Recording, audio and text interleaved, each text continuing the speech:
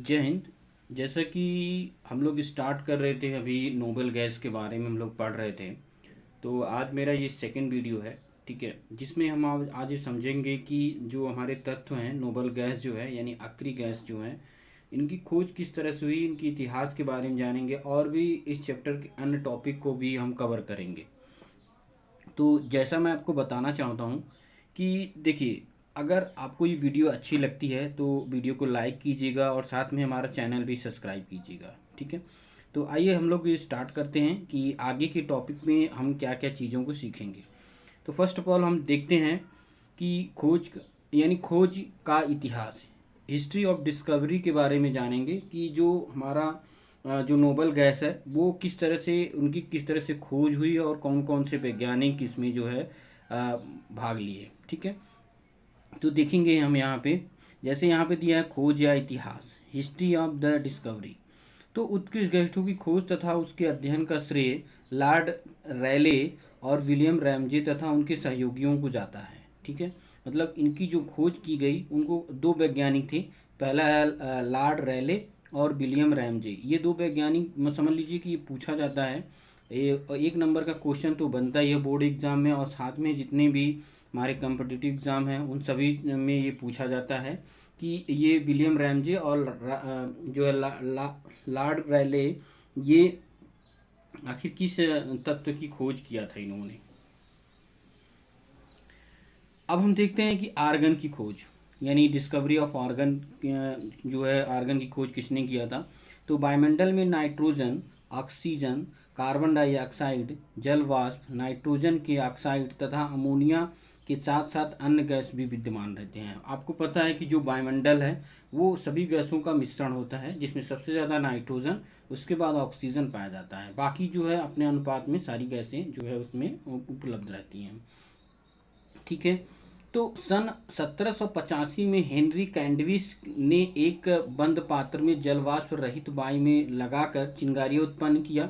इसके बनी गैस के मिश्रण को KOH विलयन में प्रवाहित किया गया, जहाँ पर नाइट्रोजन के ऑक्साइड अवशोषित हो जाते थे। इसके पश्चात भी गैस का 1/120 आयतन शेष रह जाता था, जो किसी अभिकर्मक गैस के रूप में जो है मिलता था, ठीक है।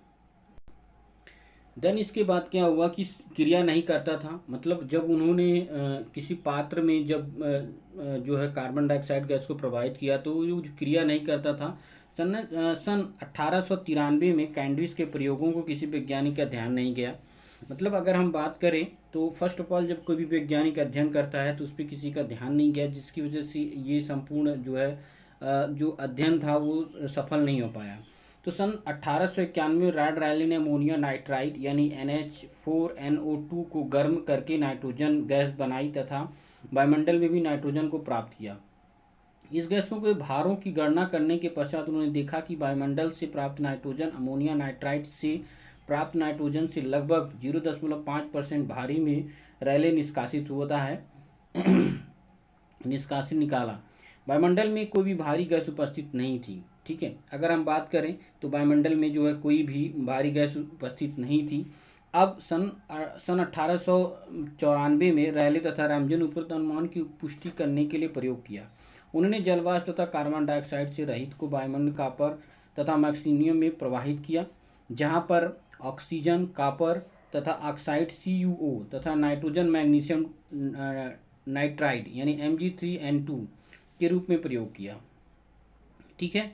यह गैस प्रकृति से अक्रिय थी। इसके रासायनिक बंध न बनने के कारण ही इसका नाम आर्गन आर्गन इसका नाम क्या पड़ा, आर्गन पड़ा, यानी आर्गन गैस इसका नाम पड़ा, ठीक है।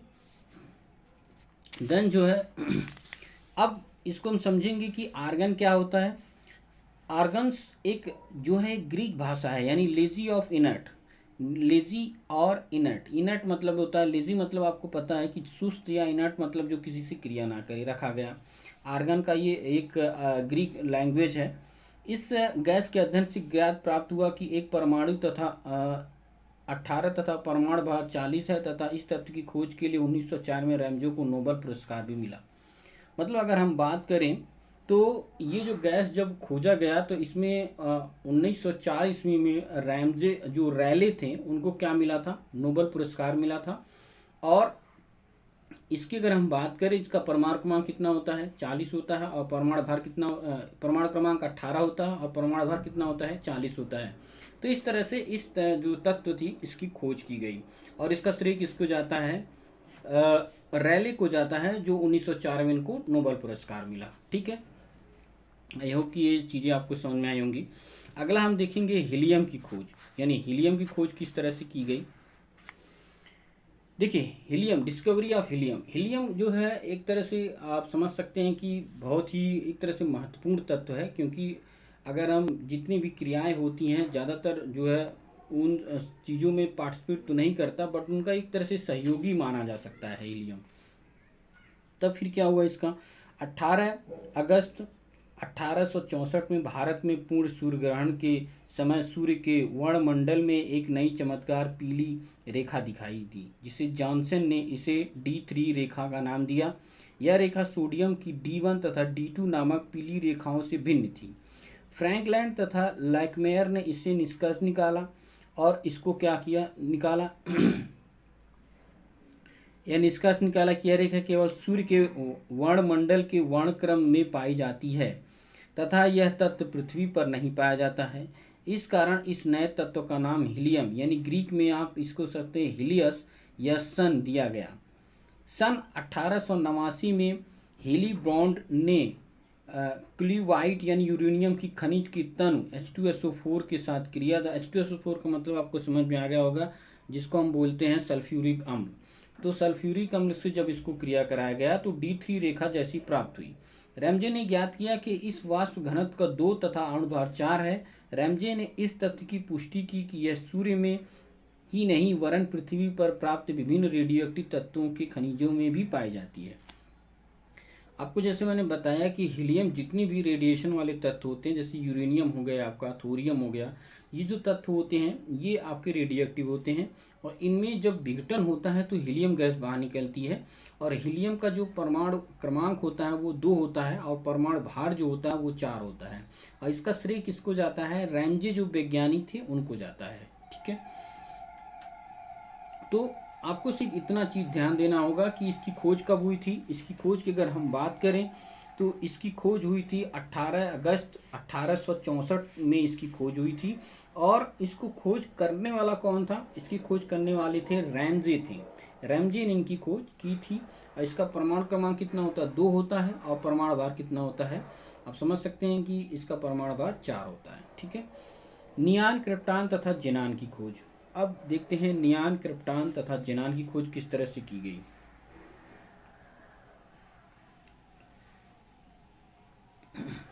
देखिए, नियान तथा क्रिप्टॉन जेनान की खोज, आर्गन तथा हीलियम गैस की खोज के पश्चात जूलियट थॉमस ने आवर्त सारणी में सूर्य वर्ग यानी 18 वर्ग को जोड़ने का सुझाव दिया। ठीक है, आवर्त सारणी को क्रमबद्ध करने के लिए 6 तत्व होने चाहिए। इस आधार पर रैमजे तथा टोवर्स के शुद्ध वायु में यानी CO2, N2 तथा O2 को अलग करके प्राप्त किया। आर्गन का अधिक दबाव पर प्रभाजी आसवन किया गया। आर्गन के कम दाब पर प्रभाजी आसवन से एक नए तत्व की उपस्थिति के प्रमाण मिले।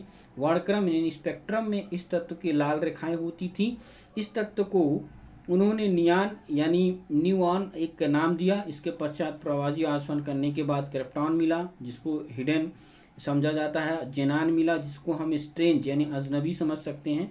तो इस तरह से एक तत्व को जब हम प्रभाजी आसवन करते गए तो हमें क्या मिलता गया, अन्य तत्व जो थे वो मिलते चले गए। जैसे यहाँ पे देखिए, यहाँ पे पूरा अच्छे से बताया गया है कि यानी आपको नियोन मिला, नियोन के बाद आपको क्रिप्टॉन मिला, क्रिप्टॉन के बाद आपको क्या मिला, जेनान मिला।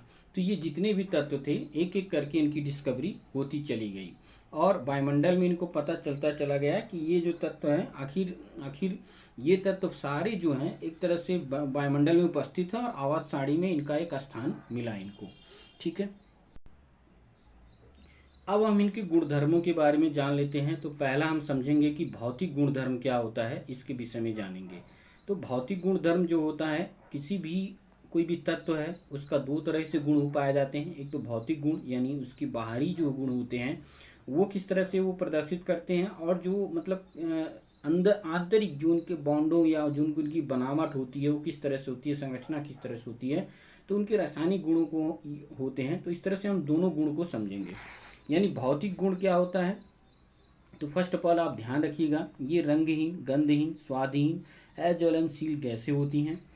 ये गैसें जल में अल्प विलेय, अल्प विलेय का मतलब आप समझ सकते हैं कि बहुत ही कम मात्रा में विलेय करती हैं, तथा अणुभार बढ़ने के साथ जल में विलेयता बढ़ती है। अगर अब इनका अणुभार बढ़ता चला जाता है तो ये क्या होती है, जल में विलेयता इनकी भी बढ़ती जाती है। वैसे अगर आपका अणुभार कम रहता है तो इसकी जो जल में विलेय होने की क्षमता होती है वो बहुत कम होती है। उत्कृष्ट गैसें एक परमाणुक हैं तथा इनके लिए CpVC का मान 1.66 होता है। यानी आप इनकी बात करें, इनकी जो प्रेशर की बात हो रही है, इनका जो मान होता है 1.66 होता है। कम ताप पर ये गैसें नारियल, चारकोल, प्लेटिनियम तथा पैडेनियम पर अधिशोषित हो जाती हैं। अब किसको छोड़ के, हीलियम को छोड़ के क्या होती हैं, ये अवशोषित हो जाती हैं। ठीक है। उत्कृष्ट गैसें एक परमाणुक होती हैं तथा इनके अणुओं के मध्य क्षीण वंडर वाल्स बल होते हैं। इसके कारण इनके क्वथनांक तथा गलनांक क्या होते हैं, बहुत कम होते हैं। उत्कृष्ट गैसें क्या होते हैं, एक परमाणुक होते हैं। मतलब एक परमाणु का मतलब होता है, इनका अगर आप सूत्र लिखेंगे तो He हो गया, Xe हो गया, इस तरह से आप लिखेंगे। बाकी जैसे अन्य जो तत्व होते हैं, जैसे आप हाइड्रोजन लिखेंगे तो आपका N2 हो गया, हाइड्रोजन लिखेंगे तो H2 हो गया, नाइट्रोजन लिखेंगे तो N2 होता है।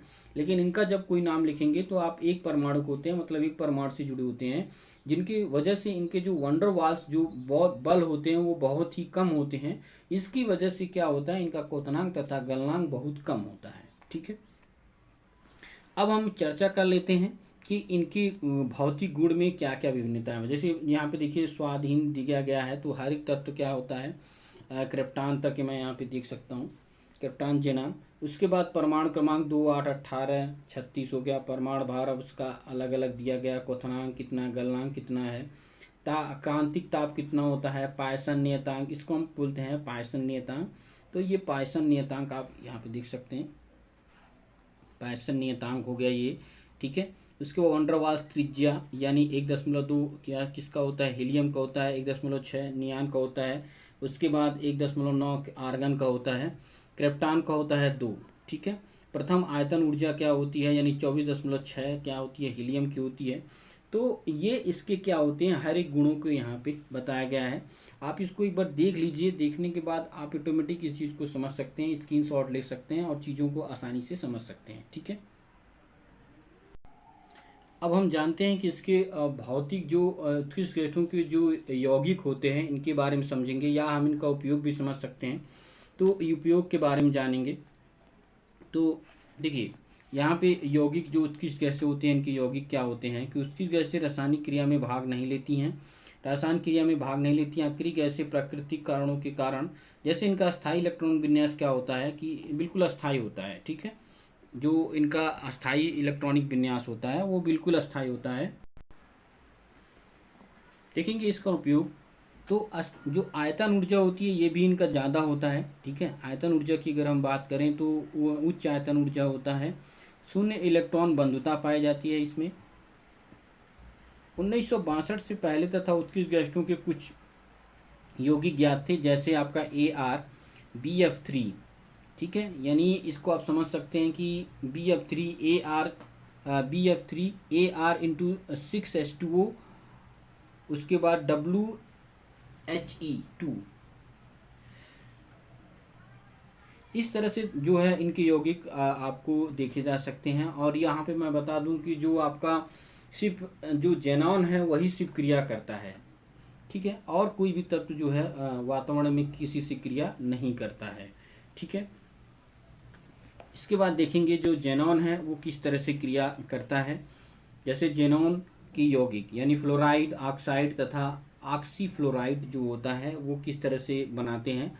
तो जेनॉन बनने की विधियों के बारे में हम समझ लेते हैं। देखिए विभिन्न दशाओं में जेनॉन सीधे ही फ्लोरीन से क्रिया करके जेनॉन के 3 फ्लोराइड बनाता है। जैसे Xe, इसका जेनॉन हो गया, प्लस F2 यानी फ्लोरीन। जब आप इसको निकिल के साथ क्रिया कराएंगे यानी 673 केल्विन में एक बार जब आप इसको क्रिया कराएंगे तो ये क्या होगा Xe और F2 जिसको हम बोलते हैं जेनॉन डाई फ्लोराइड।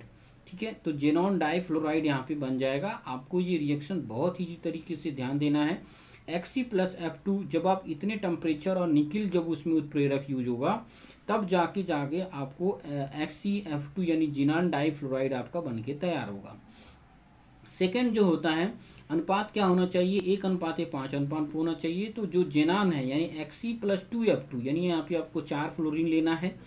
4 फ्लोरीन के बाद आपका टेम्परेचर भी बढ़ जाएगा 873 केल्विन। 7 बार ये क्रिया कराएंगे तो आपका क्या होगा, ये निकिल की उपस्थिति में XeF4 यानी जेनान टेट्राफ्लोराइड आपका बन के तैयार हो जाएगा आपका ये। ठीक है, थर्ड नंबर की बात करते हैं तो जेनान जो है 1:20 के अनुपात होना चाहिए। इसमें 6 फ्लोरीन होगा यानी 3F2।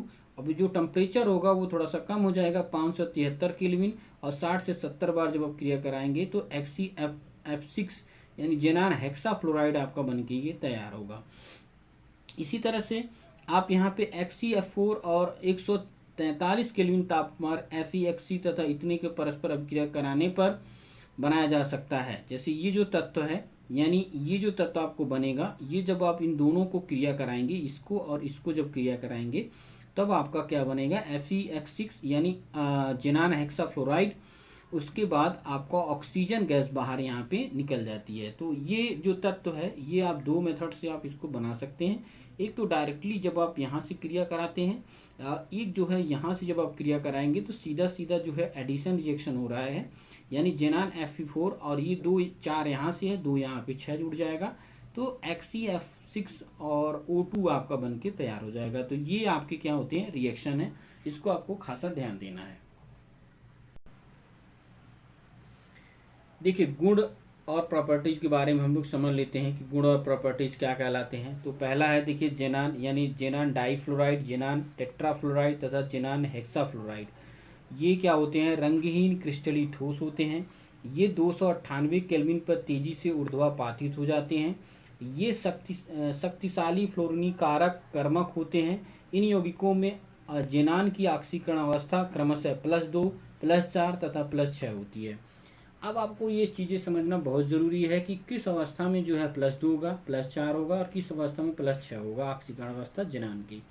तो देखिए जैसे हम जानते हैं कि जो फ्लोरीन होता है वो क्या होता है, फ्लोरीन के ऊपर -1 होता है, और जब -1 होता है तो यहाँ पे देखिए फ्लोरीन 2 है तो आपका क्या हो जाएगा, फ्लोरीन 2 की वजह से यहाँ पे +2 जेनान दिखाएगा। +4 है, यहाँ पे 4 है तो -4 फ्लोरीन होगा तो प्लस यहाँ पे 4 दिखाएगा जेनान। और जो हेक्सा में दिखाएगा वो -6 है तो +6 आपका जेनान का दिखाएगा। ठीक है, उसके बाद जल अपघटन।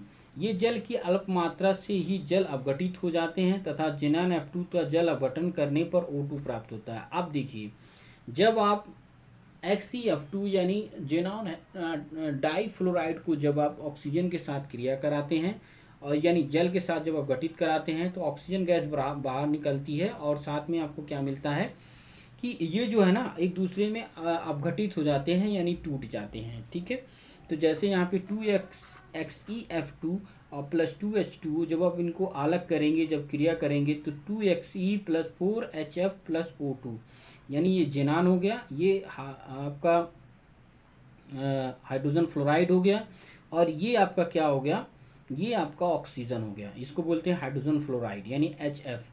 तो ये आपका हाइड्रोजन फ्लोराइड हो गया और ये आपका ऑक्सीजन बाहर निकल गया। सेम इसी तरह से अन्य क्रियाओं को जब आप करेंगे तो वो इसी तरह से ही बाहर निकलेगा। ठीक है, जैसे यहाँ पे हेक्सा के साथ जब आप क्लियर कराएंगे तो ये आपका देखिए 24HF + 3O2 यानी 6 ऑक्सीजन यहाँ पे बाहर निकल रहा है।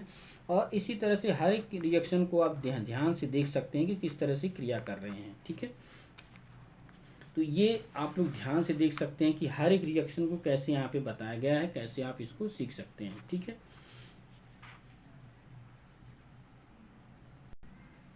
अब हम देखेंगे कि जो ऑक्सीकरण अवस्था होती है वो कैसे कैसे पाई जाती है। तो जैसे मैंने आपको पहले बताया था, देखिए XeF2 जिसको हम बोलते हैं जेनान डाईफ्लोराइड, जेनान टेट्राफ्लोराइड, जेनान हेक्साफ्लोराइड, तो इसकी जो ऑक्सीकरण अवस्था होती है +2 होती है, +4 होती है और इसकी +6 होती है। अब ये कैसे, अब इनके संकरित कक्षों की संख्या कैसे आप ज्ञात करेंगे, 8 + 2/2 = 5 हो गया आपका। तो संकरित कक्षों की संख्या इसमें 5 होती है, इसमें 6 होती है, इसमें 7 होती है। अब इसको निकालने की आपको बताया गया होगा कि जैसे 8 कोर होते हैं, तो 8 कोर से आपको 2 से डिवाइड करना है, तो इसके ऑक्सीकरण जो अवस्था होती है +2 है, +4 है, +6 है। इसमें जोड़ के आप जब इसको डिवाइड करेंगे तो आपके इसके संकरित कक्षों की संख्या आ जाएगी। ठीक है, संकरण इसको समझेंगे तो देखिए 5 है तो जाहिर सी बात है 5 होना चाहिए। तो 5 कितने हैं, sp3d होगा यहाँ पे, तो 3 ये हो गए, 1 2 यानी 5 हो गया। ठीक है, इसी तरह से आपका sp3d2 यानी आपका 6 है, तो ये आपका 6 हो जाएगा। ठीक है, देन आप समझ सकते हैं कि sp3d3 यानी 7 है तो 7 हो जाएगा। अब अणुभार की ज्यामिति को हम समझ लेते हैं कि जो ज्यामिति होती है वो कैसे होती है। तो ज्यामिति की बात करते हैं तो ज्यामिति जो है रेखी, वर्गाकार और आपका विकृत अष्टफलकीय होता है। देखिए, अब हम इसको समझेंगे कि जो जेनान है वो किस तरह से आगे जो है, जैसे डाईफ्लोराइड है तो इसकी जो ज्यामिति संरचना होती है इस तरह से होगी। तो जैसे जैसे यहाँ पे sp3 दिया है तो S5 है, 5p हो गया, उसके बाद यहाँ पे d हो गया। तो यहाँ पे देखेंगे 2 इलेक्ट्रॉन इसके फुलफिल है, यानी 2 2 4 2 6, यानी 2 s में हो गए, 6 आपका p में पाया गया। ठीक है, लेकिन ये क्या होती है, ये नॉर्मल अवस्था होती है, ये नॉर्मल अवस्था में पाए जाते हैं। लेकिन अगर आप उत्तेजित अवस्था में देखेंगे तो इसमें का पहले जो है ना एक क्रम वाइज बढ़ता है, जैसे पहले एक बढ़ेगा, फिर एक, फिर एक, फिर एक, फिर उसके बाद दूसरा कम आएगा, एक एक एक एक, तो 6 है तो एक आपका डी में चला जाएगा, यानी उत्तेजित होकर डी में चला जाता है, जिसको हम बोलते हैं sp3d। मतलब ये तो आपका इसमें स्पेस है ही, बाकी जो है इसमें आप भी दे सकते हैं कि डी वाले कोष में भी ये चला गया है, जिसको हम क्या बोलते हैं, sp3d संक्रमण बोलते हैं। और संरचना इसकी इस तरह से होती है, एक लोन पेयर इलेक्ट्रॉन इसको कोनक होते हैं, और एक्सी जो है बीच में आपका यहाँ पे पाया जाता है, और एक एक फ्लोरीन आपका बॉन्ड के साथ जुड़ा रहता है। तो इसको हम क्या बोलते हैं, इसको हम बोलते हैं जेनान डाईफ्लोराइड की संरचना बोलते हैं। संरचना ये खींचना बहुत ही आसान है। अब देखते हैं जेनान टेट्राफ्लोराइड की संरचना। तो जेनान टेट्राफ्लोराइड की जो संरचना होती है बिल्कुल जो है डिफरेंट होती है। एक इलेक्ट्रॉन इसमें आगे चला जाता है, तो जिसको बोलते हैं sp3d2 संक्रमण बोलते हैं, और ये इसकी संरचना है। संरचना आप देख सकते हैं, संरचना इसकी इस तरह से आप बना सकते हैं, यानी बीच में आपका है चारों कोनों पे आपके 4 जो फ्लोरीन जुड़े हुए होते हैं, और इसके 2 लोन पेयर इलेक्ट्रॉन आपके यहाँ पे साइड में जो डी वाले हैं, ये साइड में आपके क्या होते हैं, ये जुड़े रहते हैं। लोन पेयर इलेक्ट्रॉन इधर हो गया और लोन पेयर इलेक्ट्रॉन आपका इधर हो गया, तो ये आपकी संरचना बोलती है। इसको XeFO4 की वर्गाकार पटल संरचना के नाम से जानते हैं। सेम जो है तीसरा नंबर हम देखते हैं जेनान हेक्साफ्लोराइड यानी XeFe6। तो Fe6 को हम समझेंगे जेनान sp3d3 संक्रमण अवस्था में होती है। गैसीय अवस्था में XeFe6 की आकृति अवस्था क्या होती है, डिफरेंट टाइप होती है। इसमें 6 प्रमाण से जुड़े होते हैं, जैसे ये तो नॉर्मल अवस्था हो गई, और ये इसकी उत्तेजन वाली अवस्था हो गई। उत्तेजन का मतलब होता है इसमें से एक इलेक्ट्रॉन निकल के डी वाली उत्तेजित अवस्था में चला जाते हैं, जिसमें यहाँ पे sp3d3 संक्रमण पाया जाता है। ठीक है, अब जो है इसकी संरचना हम देख लेते हैं। संरचना आपकी इस तरह से आपकी बनेगी, आप इसको देख सकते हैं कि किस तरह से संरचना ये बन रही है, तो ये संरचना आप इसको समझ सकते हैं। ठीक है,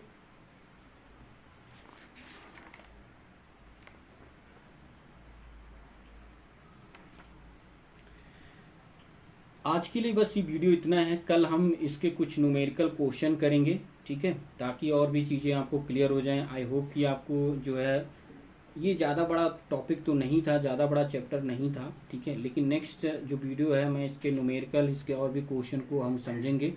अगर वीडियो अच्छी लगती है तो लाइक कीजिएगा, शेयर और सब्सक्राइब कीजिएगा चैनल को। ठीक है, जय हिंद।